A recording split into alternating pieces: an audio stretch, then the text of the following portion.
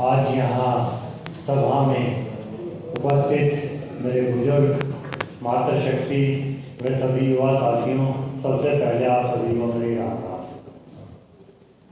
साथियों, मेरे से पहले हमारे बुजुर्ग ने इतिहास से लेकर आज तक का बड़े अच्छे से वर्णन किया और शायद दोनों का तुलनात्मक अध्ययन बहुत बढ़िया किया कि आज भी हम किस परिस्थिति में हैं। और शायद पिछले 10 साल से हम देख ही रहे हैं, ज़्यादातर साथी तो हमारे साथ आंदोलन में थे, यहाँ बैठे हैं। इस देश में जहाँ हम कह रहे हैं पीछे लगा हुआ है लोकतंत्र के सजग प्रहरी, आज देश में कैसा लोकतंत्र है ये तो मैं कहूँगा कि मजबूत विपक्ष इस बार आया तो थोड़ी हमारी बातचीत हो रही है। नहीं तो इस देश में किसान भी हैं, महिला भी हैं, युवा भी हैं। और मेरे बुजुर्ग ने बड़े अच्छे से बताया, हम सबसे ज़्यादा 3 चीज़ों पर लड़ते थे। हमारे इकोनॉमिक रिफॉर्म्स जो गोकुला जाट में लड़ाई लड़ी थी, टैक्स रिफॉर्म्स थे उस टाइम पर, महिलाओं का सम्मान और पगड़ी का सम्मान, जो खापों की परंपरा और चीज़ें बताई। हम इन 3 मुद्दों पर मुख्य रूप से अपने अधिकार मांगते थे और किसी ने छेड़ा भी नहीं था। लेकिन इस लोकतंत्र के देश में जहाँ न्याय हम सोचते हैं कि न्याय ऐसे ही मिल जाता है, तो मैं आप सबसे पूछता हूँ, पिछले 10 सालों में क्या किसानों को न्याय मिला? क्या महिलाओं को मिला? या ये अग्निपथ जैसी योजनाएं लाकर युवाओं को मिला? किसानों ने तो बिल वापिस करवा ली, उनको कह सकता हूँ मिला, लेकिन कैसे मिला? 750 शहादतें देकर। आज भी मैं उन महिलाओं को भूला नहीं हूँ, साथी थे, कुछ साथी जंतर मंतर पर थे। आज क्या न्याय मिल गया? धरना खत्म हो गया, चले गए। क्या आज वो महिलाएं सुरक्षित हैं? आज क्या मैं अगर उनको मानूं, मैं तो मानता हूँ मेरी बहन है इसलिए अंदर महसूस करता हूँ कि न्याय नहीं दिला पाया। लेकिन इस बात की खुशी है हमने मेहनत की और थोड़ा सा इस जो तानाशाह सरकार को हम इसको नीचे लेकर आए और शायद धीरे धीरे देश जाग रहा है। और आगे जैसे भाई रोहित जाखड़, मोहित तोमर, ये जो नए युवा साथी आ रहे हैं, इनसे मुझे बहुत खुशी है, उम्मीद भी है कि देश हमारे बाद भी चलना चाहिए और ऐसे साथी आना चाहिए। आपको फिर इतिहास से 2 उदाहरण दूंगा। हमारे 2 बड़े नेता हुए हैं, चौधरी छोटूराम, चौधरी चरण सिंह। तो उनकी मैं 2 ही खूबी मानता हूँ जो ये युवा बच्चे हैं, चाहता हूँ इनमें आए।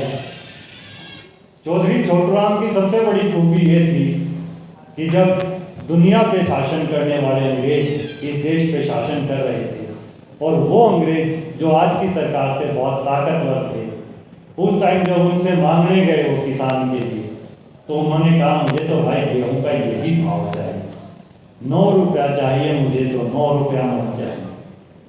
वो बोले आप कैसे 4 रुपये से कर रहे हो, हम 6 दे देंगे। बोले ना भाई 9 चाहिए। और फिर वो चले गए।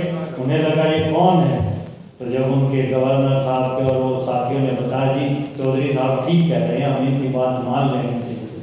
बोले चलो भाई बुला के लाओ। अगली बार बुलाया तो बोले जी 10 रुपये चाहिए। बोले भाई 10 क्यों? पहले तो 9 की बात थी। बोले एक बार दोबारा बुलाया तो वो बोले भाई 10 नहीं 11 दे दो कि मेरा चौधरी साहब का मूड खराब हो गया। तो वो उनकी एक निडरता थी, उसके पीछे उनका भेद था, ईमानदारी थी, जो उन्होंने सरकार से ना कहने की कही।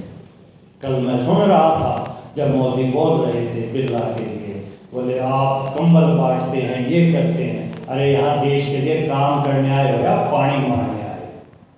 अगर इस देश में आज भी कंबल बट रहे हैं तो आपको सोचना चाहिए देश की जनता क्या है। आप खुद अपनी कमियां गिना रहे हैं। चौधरी चरण सिंह कहते थे जब नेहरू इस देश के प्रधानमंत्री होते थे, वो एक कांग्रेस के जिला अध्यक्ष होते थे, तो जब वो कोऑपरेटिव फार्मिंग लेकर आए तो नागपुर अधिवेशन में चौधरी चरण सिंह ने कहा था कि प्रधानमंत्री जी और सारी बात ठीक है, मैं ये बात मानने को तैयार नहीं हूँ। तो कहाँ वो जिला अध्यक्ष है और कहाँ वो अंग्रेजों के राज में। तो उन दो व्यक्तियों ने जो ना कहने की कही थी, तो मैं तो चाहूँगा ये भाई जो लोकतंत्र के सजग रह के प्रयास कर रहे हैं, बड़ी अच्छी बात है जो इस सरकार से आप लोग टकरा रहे हैं। उन लोगों से ये आज भी मेरी रिक्वेस्ट आने वाले युवाओं से कि हमें इन चीज़ों का बिल्कुल सोचना चाहिए और आगे आना चाहिए। आज अग्निपथ जैसी स्कीम्स लाकर इस देश को पीछे किया जा रहा है। युवाओं को अरे फौज ही नहीं बचेगी तो देश सुरक्षित कैसे रहेगा। देश दो ही तरीके से सुरक्षित होता है, खाद्यान्न की सुरक्षा और बाह्य सुरक्षा। खाद्यान्न की तो किसान कर देता है, देश को 150 करोड़ को खिला देता है, लेकिन अगर 4-4 साल की नौकरी करोगे तो बाह्य सुरक्षा कैसे करोगे। आप जानबूझकर बाह्य सुरक्षा को कमजोर कर रहे हो। देश की शिक्षा, सुरक्षा और मातृशक्ति पे आप बार बार अटैक कर रहे हो। ज्यादा लंबा समय नहीं लूंगा, लेकिन इस सरकार की मानसिकता बड़ी गंदी है, अपनी सोच इंप्लीमेंट कर रही है। हमें उस सोच से युवाओं को बचाना होगा। बहुत छोटा सा उदाहरण देता हूँ। कोरोना काल में बीमारी आई, ठीक है, इन्होंने बीमारी का बहाना देकर आज भी कह रहे हैं मेंटेन सोशल डिस्टेंसिंग, सामाजिक दूरी बनाकर। अरे भाई, आप बच्चों को गलत चीज क्यों पढ़ा रहे हो।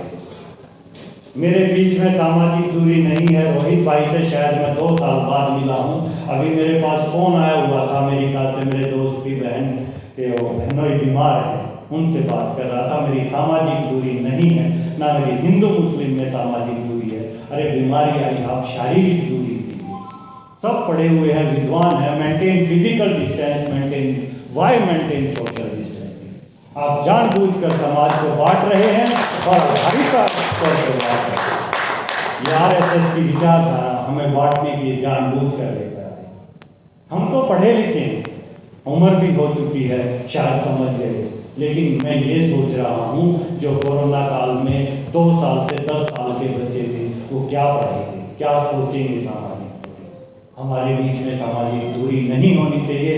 हम सब भारतीय हैं, चाहे हम हिंदुस्तान में रहें, चाहे अमेरिका में रहें, चाहे कहीं रहें, हम सब एक हैं। चाहे हिंदू हैं, मुसलमान हैं, सिख हैं, ईसाई हैं, और सभी मिलजुल कर इस देश को, इसके लोकतंत्र को आगे बढ़ाएंगे, देश की गरिमा को आगे बढ़ाएंगे।